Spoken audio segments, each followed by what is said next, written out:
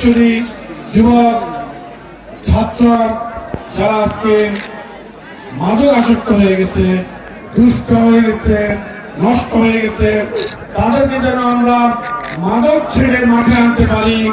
মাদক ছেড়ে সোমবার বিকেলে দীঘিনালা ক্রীড়া উন্নয়ন সংস্থার আয়োজনে উপজেলা হাই স্কুল মাঠে Bansari Wadud football tournament final খেলা অনুষ্ঠিত হয়।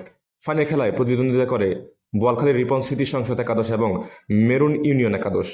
মেরুন ইউনিয়ন একাদশকে 1-0 গোলে হারিয়ে চ্যাম্পিয়ন হওয়ার গৌরব অর্জন করে বোয়ালখালী রিপন স্মৃতি সংসদ একাদশ।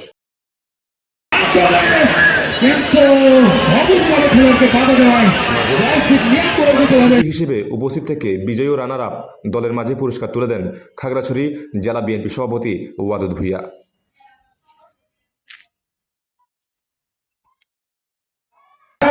আনতে পারি, ভালো কাজ আনতে পারি, সেই জন্য আমাদের এই টুর্নামেন্ট। দ্বিতীয়ত আমাদের টুর্নামেন্টের লক্ষ্য হলো পাহাড়ি বাঙালি আমরা একসাথে বসে খেলা দেখবো। এই সাংস্কৃতিক অনুষ্ঠান পাহাড়ি বাঙালির এক জায়গায় বসে আমরা পাশাপাশি এই সাংস্কৃতিক অনুষ্ঠান দেখবো। এর মধ্যে দিয়ে পাহাড়ি বাঙালির বন্ধন এবং সম্প্রীতি অটুট হবে।